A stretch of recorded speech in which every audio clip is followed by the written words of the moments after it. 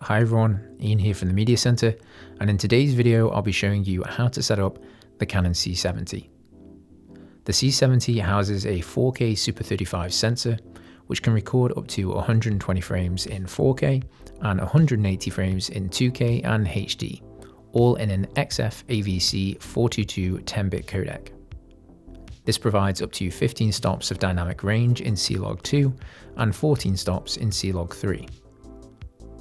The camera can also capture Canon's Cinema RAW light internally, providing up to 16 stops of dynamic range for an even greater and more robust post-production pipeline. The camera is lightweight, with the body at just 2.6 pounds, it's compact, with great ergonomics, and it has a well-designed menu structure for quick access and easy adjustment to settings. The new sensor uses DGO, which is dual gain output, and this allows the C70 to produce a low noise threshold at higher ISO ranges while still retaining a large dynamic range and optimal color saturation. Low native ISO values are available for both Canon WideDR at 400 ISO and Canon Log at 800 ISO, and 10 stops of ND filtration are built into the camera body for optimal control over your exposure and creative decisions. The C70 also uses affordable media card storage via UHS-2 SD cards and long battery life from the BP A30 batteries.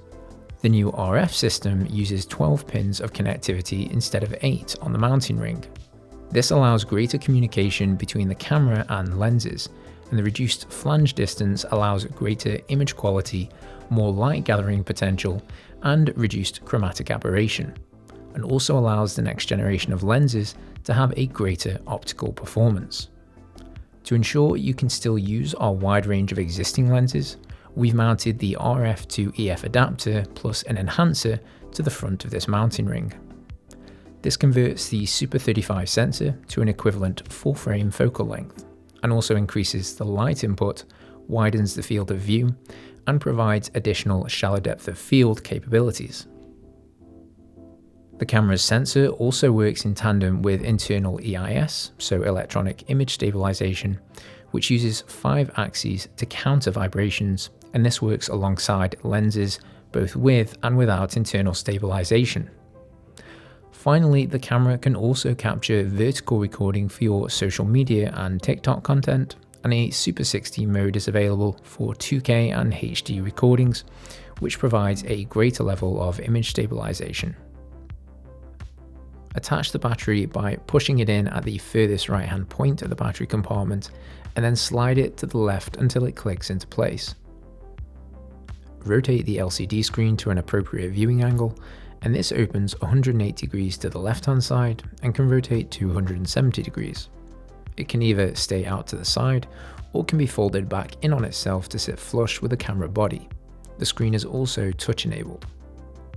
Flick the power dial to camera and the C70 will boot up. The side of the C70 body houses your quick function buttons for your ND filters, white balance, peaking, zebras, Waveform Monitor, your LCD display information, and ports such as the HDMI, headphone and mic jack, USB port, and the mini XLR connectors for audio. The top of the C70 provides access to the power button, SD card slot selection, the playback media tab, a record button, a scroll wheel normally reserved for the lens's aperture, and a quick function button which by default is set to one-shot autofocus. However, this can be changed in the settings. The grip also houses the camera's media storage, which are both 128GB V90 UHS-2 SD cards. A 1/4 inch thread and a timecode in-out port are also accessible via the grip. The back of the camera houses the battery compartment, the tilt swivel LCD screen, and your audio adjustments for both internal and external audio. In addition, a joystick and D-pad wheel are available for adjusting menu parameters, while a second scroll wheel can be used to control core exposure parameters such as the ISO or shutter. There are also 5 function buttons. 7 is set to auto iris by default, 8 is for magnification, and 9 enables your core exposure parameters on the LCD screen. Menu opens up the full internal interface, and Cancel exits the interface. Finally, a DC in is provided if you wish to connect to mains power via the power adapter. Core exposure adjustments and aids are available from the Quick Menu tab, which is located in the bottom left-hand corner of the live viewing page. From here, you have access to your ISO, shutter speed, aperture, ND filters, and your Kelvin temperature. This can be adjusted through either the touchscreen or by pressing the function button 9 and using the camera's joystick and/or D-pad. The aperture can also be adjusted via the front scroll wheel. The native ISO on the C70 is 800 for C-Log profiles, 400 for WideDR, and 160 for standard. Anything below or above this is digital amplification and will affect the overall dynamic range of the image. By shooting with the native ISO, you're using the base level of the sensor, meaning you'll get the best image quality from the camera without sacrificing the profile's dynamic range. Increasing the ISO can also affect the color, saturation, and digital noise within the image. The more dynamic range a camera has, the more variance between the dark areas, midtones, and highlights it can perceive and capture, meaning you can view more information within the image, which is one of the key components in creating more cinematic images, which are more true to life in terms of what we see. The shutter mode you choose will determine the way it's displayed. For filmmakers who've previously used DSLRs, shutter speed will be more familiar. However, I'd encourage you to instead choose shutter angle. Shutter angle stems from the days of celluloid film, in which the film stock would pass through the shutter at so many frames per second, and this would determine how long those frames were exposed to the light. So for 25 frames, 25 individual frames would pass through the shutter in a second and be exposed to the light. The shutter would have a mechanism inside which allowed the user to adjust the angle of the opening for light to pass through it. When it was wide open, more light would be available and slower shutter speeds would occur.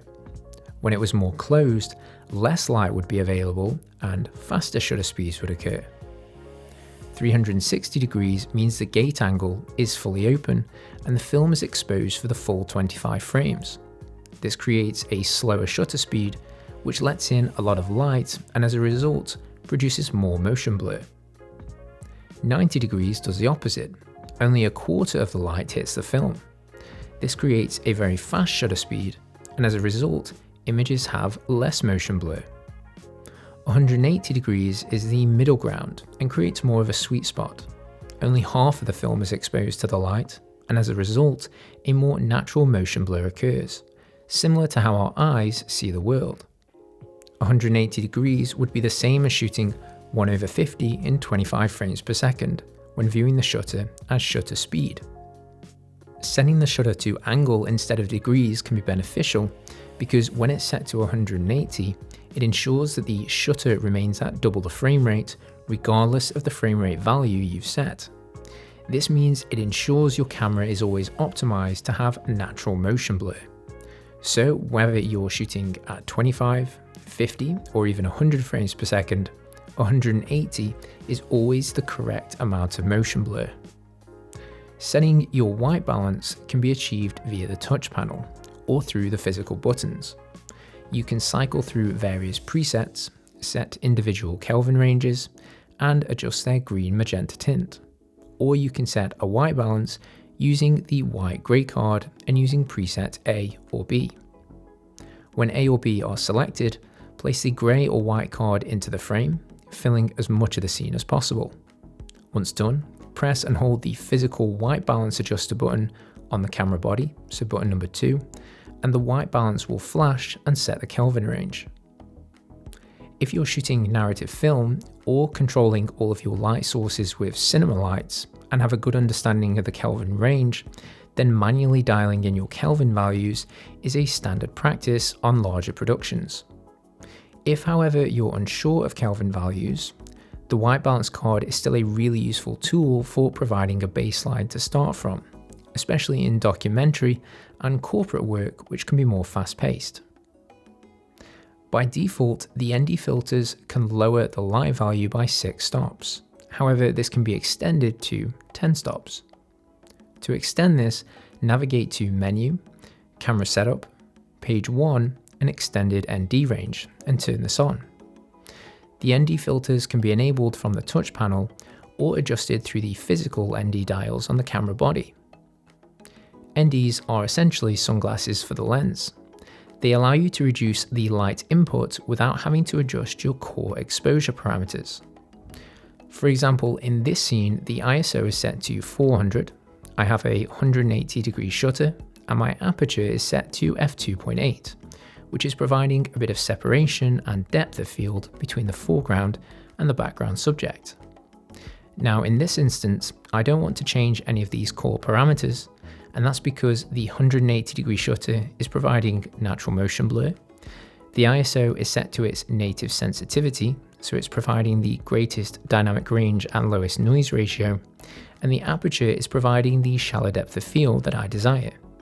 However, you can see from this image that it's drastically overexposed and completely unusable.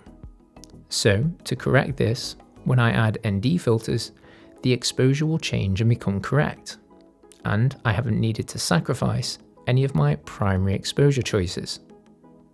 You also have an additional button in the bottom right hand corner which reveals a variety of video assist functions. Within here, you can enable and disable these parameters.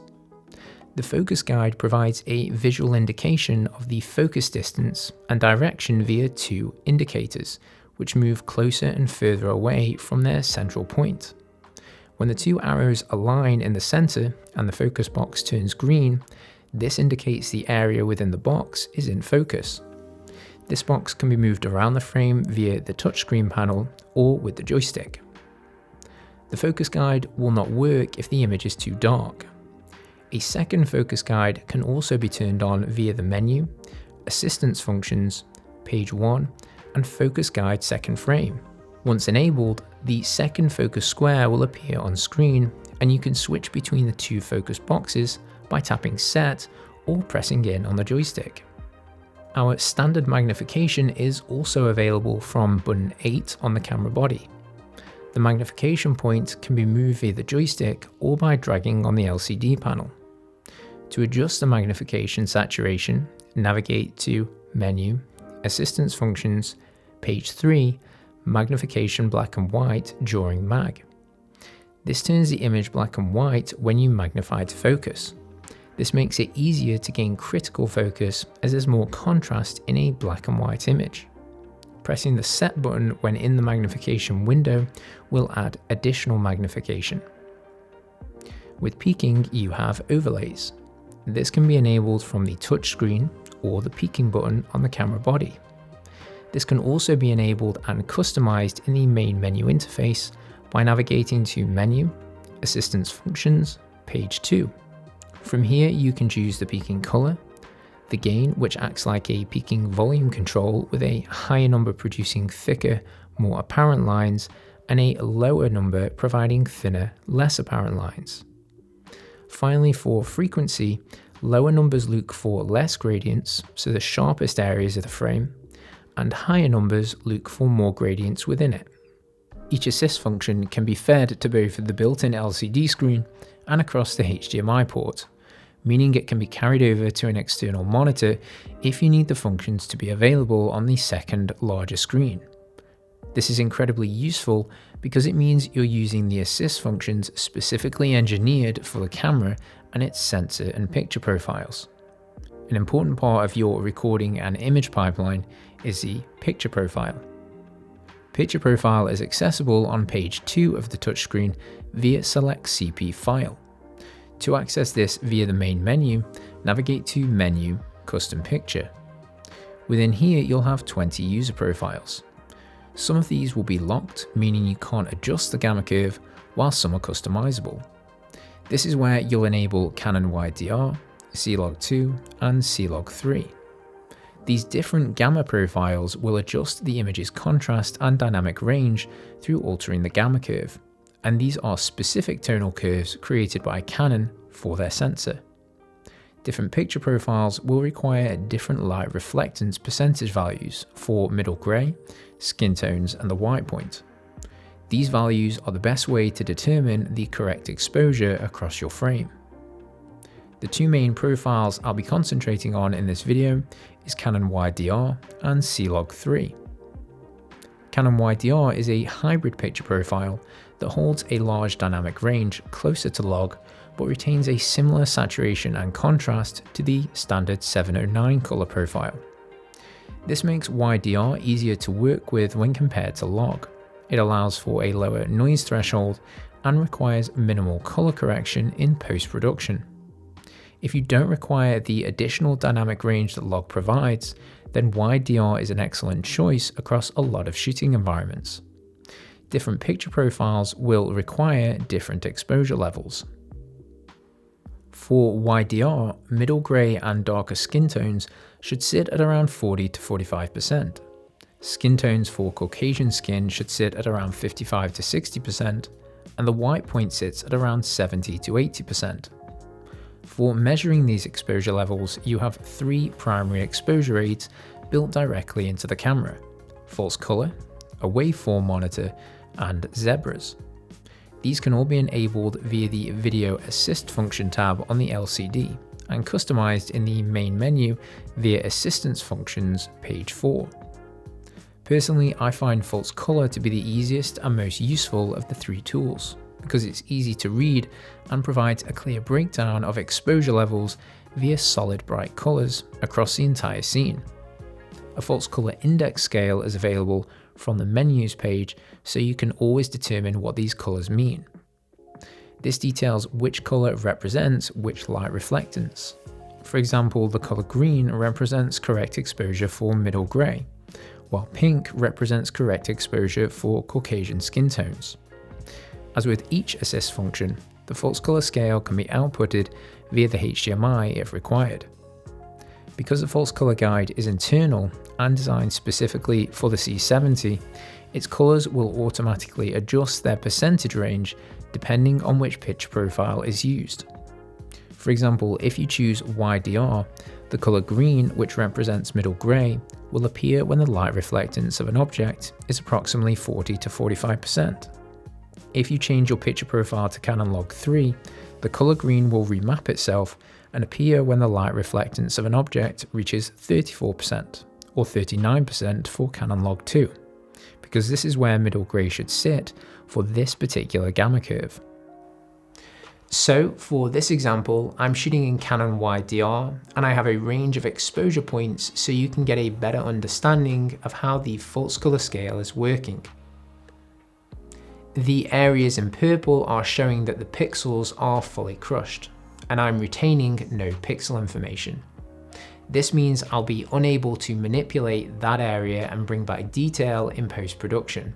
And if I turn the false color off, you'll see that the area is indeed very dark.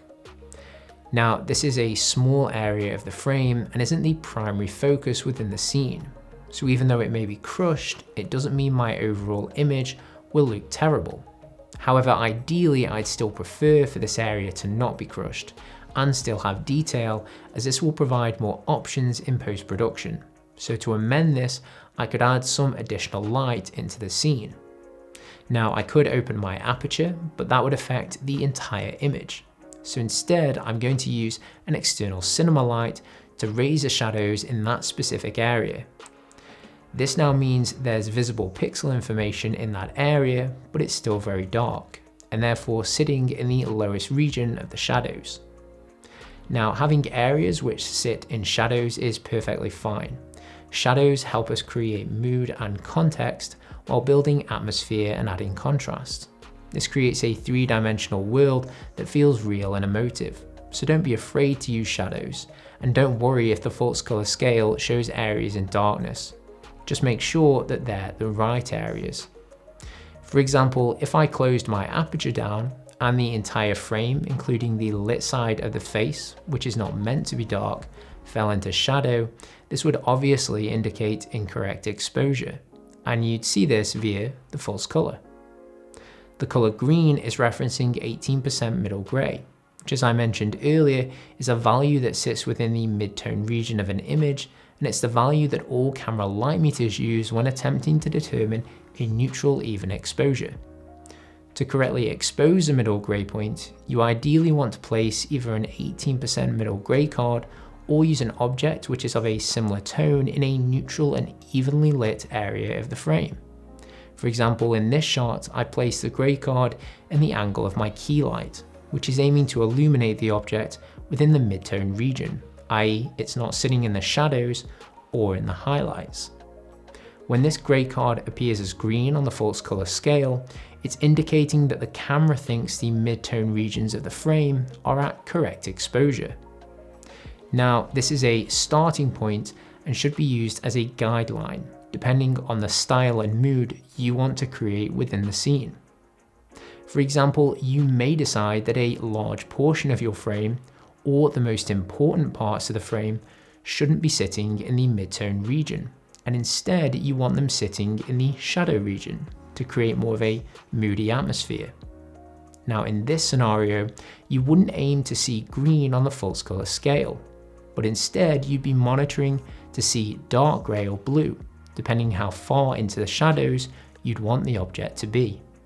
For example, in these side-by-side shots, the background and primary focus point are the same, but the lighting is altered to create a different mood and atmosphere. In the first shot, we have high key lighting with more areas of the frame evenly lit. The background is brighter and we're using broadside lighting, i.e. the camera is angled to focus on the brightest side of the subject's face. In this shot, the shadows are overall more brighter. In contrast, in this second shot, the background is now much darker and the reflectance values are sitting in a lower region of those shadows. Similarly, we're now using dark side lighting, in which the camera is angled to focus on the darkest side of the face, which is sitting within the shadows. After the green middle grey point, we have a gradual lighter grey tone which represents areas of the midtones before we reach the colour pink. Pink represents one stop above middle grey, and this is normally a good starting point for Caucasian skin tones. When capturing skin tones, you want to make sure that the brightest region of the skin is exposed correctly.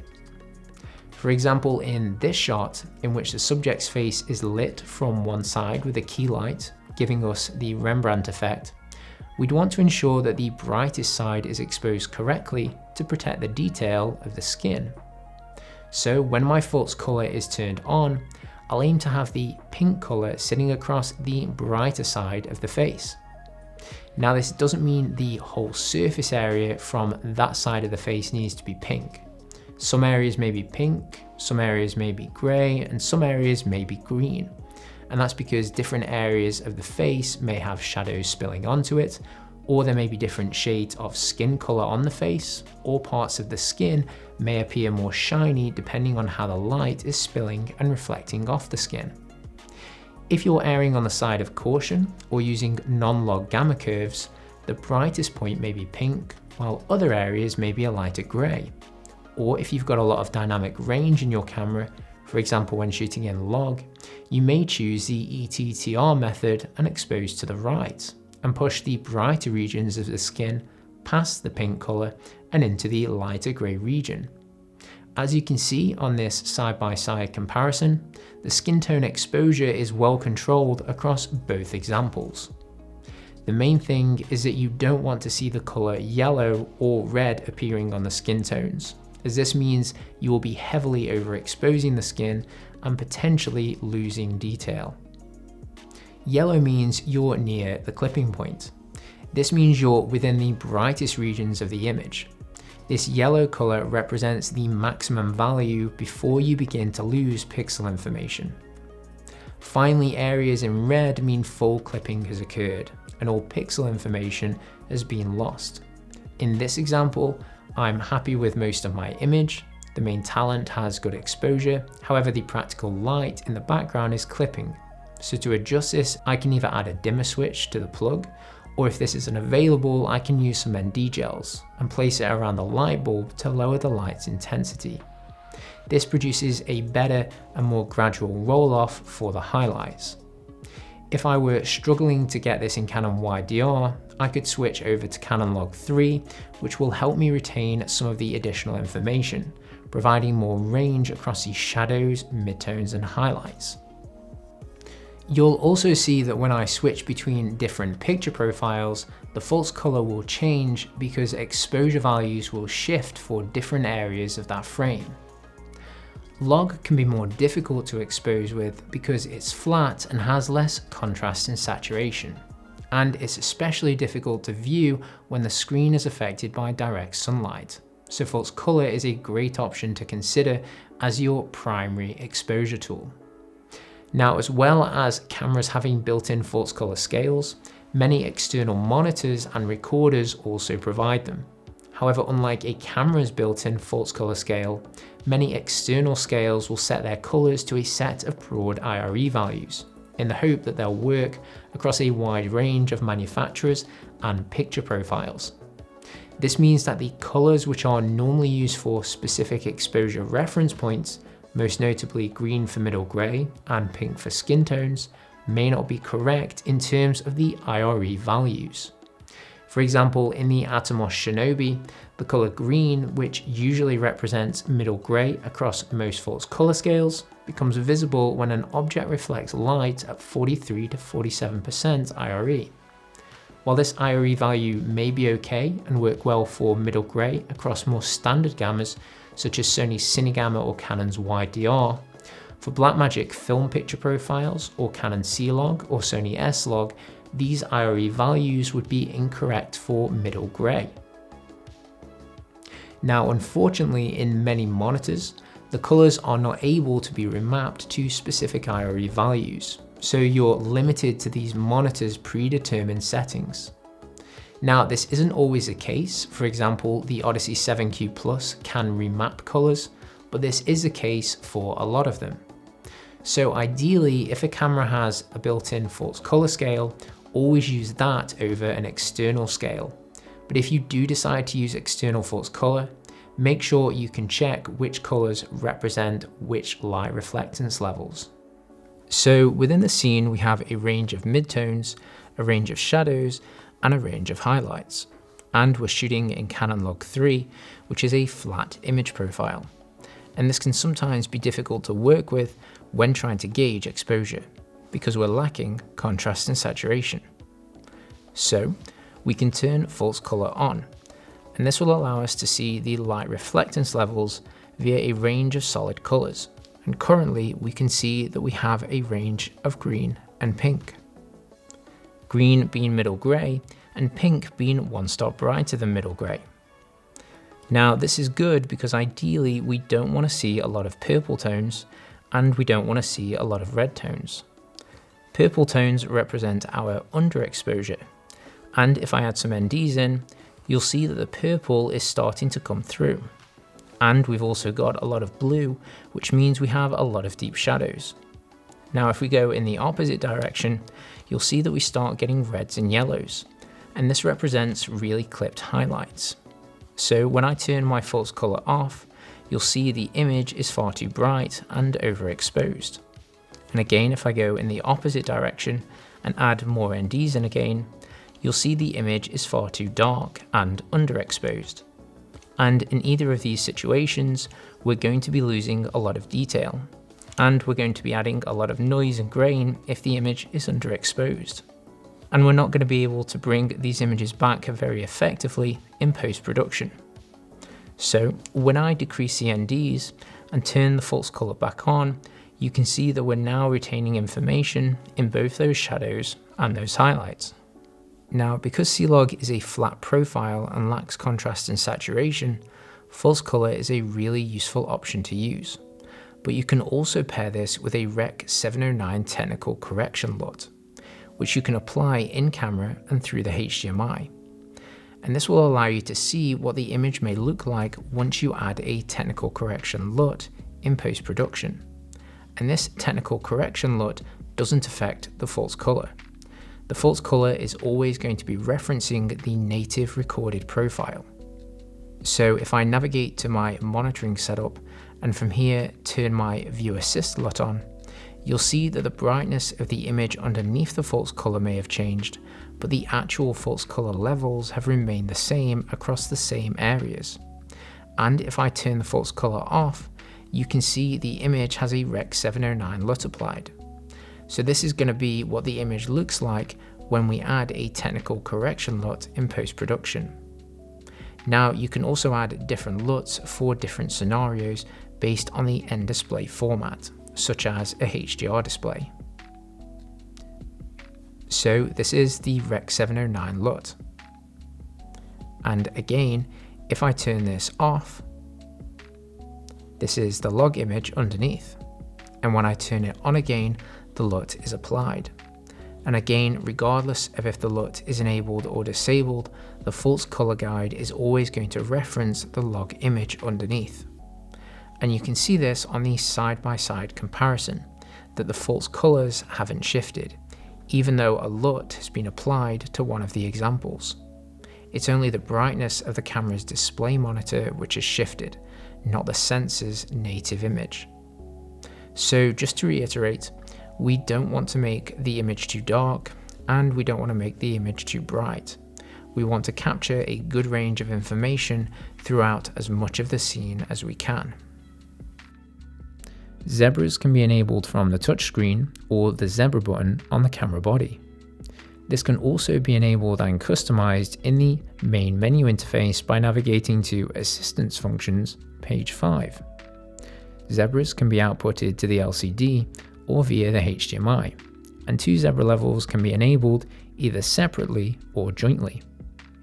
Each zebra level can be adjusted between 5 to 95%, meaning you can identify a whole range of exposure levels within the scene. And zebras can be useful when exposing skin tones, the white point, and that middle grey point. The waveform can be enabled from the LCD panel or from page 6 in Assistance Functions, and the assist can be viewed as either a waveform or a vector scope. Each parameter has a group of settings which can be adjusted. The position of the waveform can be set as left or right on the screen, and different types of waveforms can be viewed. Line shows the luminance light values within the scene. Line plus spot is the same as line, but also provides a box within the center of the screen. The exposure levels within this box are shown in red on the waveform. Select line presents an outline-based version of the waveform, which shows the highest light output within the different areas of the frame. RGB shows the red, green, and blue channels as individual sources. This is useful when white balancing, as it allows you to see if a particular color is more dominant. For a correct white balance, each color channel should be similar. YPB-PR places the luminance and green channels together and provides a separate red and blue channel. In addition to these tools, you also have a quick access area to adjust fundamental recording and codec options via the film strip cog icon in the top left-hand corner of the live viewing screen. Within here, you'll have 3 windows accessible by swiping along the screen.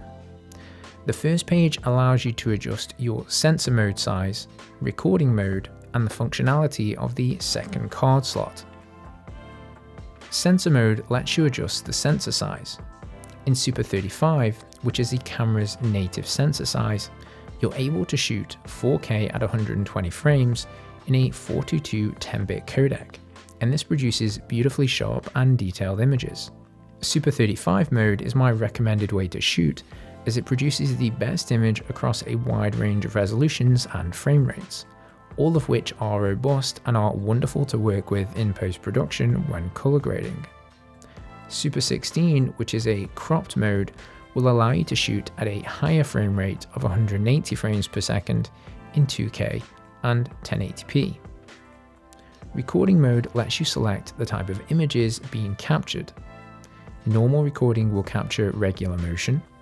Slow and fast will allow you to capture slow motion without audio.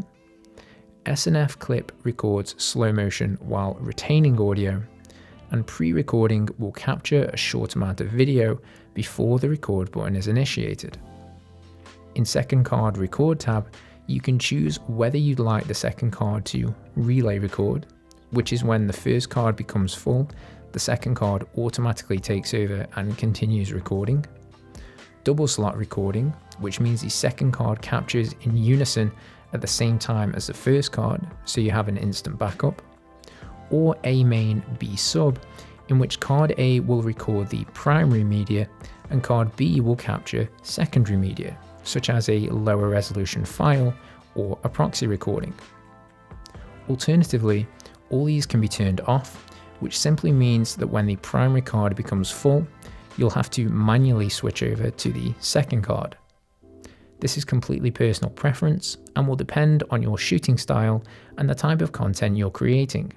On the second page is where you can select the camera's recording format, resolution, frame rate, and picture profile, all critical parts of the camera core setup.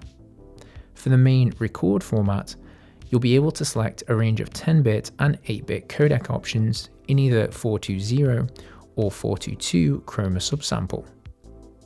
10-bit 422 is better as it has more color fidelity and can withstand post-production manipulation to a much greater effect. The two main choices for this are XF AVC and MP4. These different recording formats will allow you to capture at different resolutions and bit rates. All XF AVC files will play more efficiently on your computer in comparison to the MP4 options. This is because the MP4 10-bit codec in the C70 uses H.265, and this makes it more difficult to edit with. I don't recommend using any of the MP4 versions at present. Stick to the XF AVC options. XF AVC you can shoot in long op or intraframe in DCI 4K, Ultra HD 4K, 2K or HD, and these will vary in bitrate. The resolution and compression type can be selected within the main resolution bitrate window. This will vary depending on the type of codec you've selected in the main record format tab. Long op lowers the bitrate and allows you to shoot at up to 120 frames per second in 4K. Now, although the bitrate is a little lower, it's still an incredible image, and it's still capturing in a 422 10-bit codec, so whichever you use, the image will look excellent. Within this window, you can also access your standard frame rates of 24, 25, and 50 frames per second. Select CP file is where you'll select the picture profile. We've already covered WideDR, but this is also where you can select your log profiles. So what is a log profile?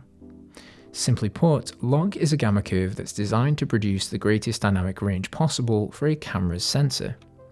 To achieve this, log profiles bring the white point and black point closer to middle grey, and this produces an image which lacks contrast and saturation. Canon Log 2 holds 15 stops of dynamic range and has a native ISO of 800. Canon Log 2's dynamic range digs really deep into the shadows and stretches really far into the highlights. It's the most aggressive log profile in the camera. Log 2 requires a lot of post-production work and was designed for filmmakers who work on large-scale productions and utilize industry post-production labs. Because of this aggressive curve, Log 2 can hold quite a lot of noise and grain in its shadows, and this has often been a complaint by filmmakers. Canon Log 3 was designed to address the shortcomings of Canon Log 2. It holds around 14 stops of dynamic range as opposed to 15 and retains the native ISO of 800. Canon Log 3 is designed for quicker turnarounds and for filmmakers who do their own post-production workflows. It's been designed as a midpoint between the original Canon Log 1 and Canon Log 2. Canon Log 3 provides excellent highlight retention while also giving good shadow detail with less noise and grain. Because of these factors, we'd recommend Log 3 instead of Log 2. For C-Log 3, middle grey should be exposed at approximately 35%, skin tones 40 to 45%, and the white point at 56%. C-Log 2's middle grey point is 40%, skin tones at around 45%, and the white point is about 56%. Quite often, cinematographers will use the ETTR method when filming with log profiles. ETTR means exposing to the right, and refers to exposing one stop brighter than the manufacturer's recommended values. This technique should only be used when shooting in log. Do not use this technique when recording in Canon WideDR. In post-production, this overexposed image should then be brought back down to the correct exposure levels when a LUT or colour and exposure correction is applied. The exposure values for C-Log2 when using the ETTR method are as follows.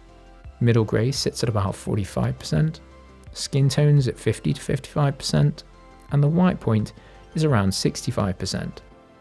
For Canon Log 3, the exposure values for middle grey would sit at about 40%, skin tones at about 50 to 55%, and the white point would be about 65 to 70%. When shooting in any of the log profiles, you can add a LUT to the image. This is an overlay which provides contrast and saturation, and provides an indication for the director or client as to what the image may look like once colour correction has occurred in post. The LUT can be enabled from either the Quick Function Touch panel on the Live View page, or by navigating to Menu, Monitoring Setup, LUT Selection, LCD. From this option, choose BT709. This will provide a standard colour correction overlay which is designed for television and computer monitors.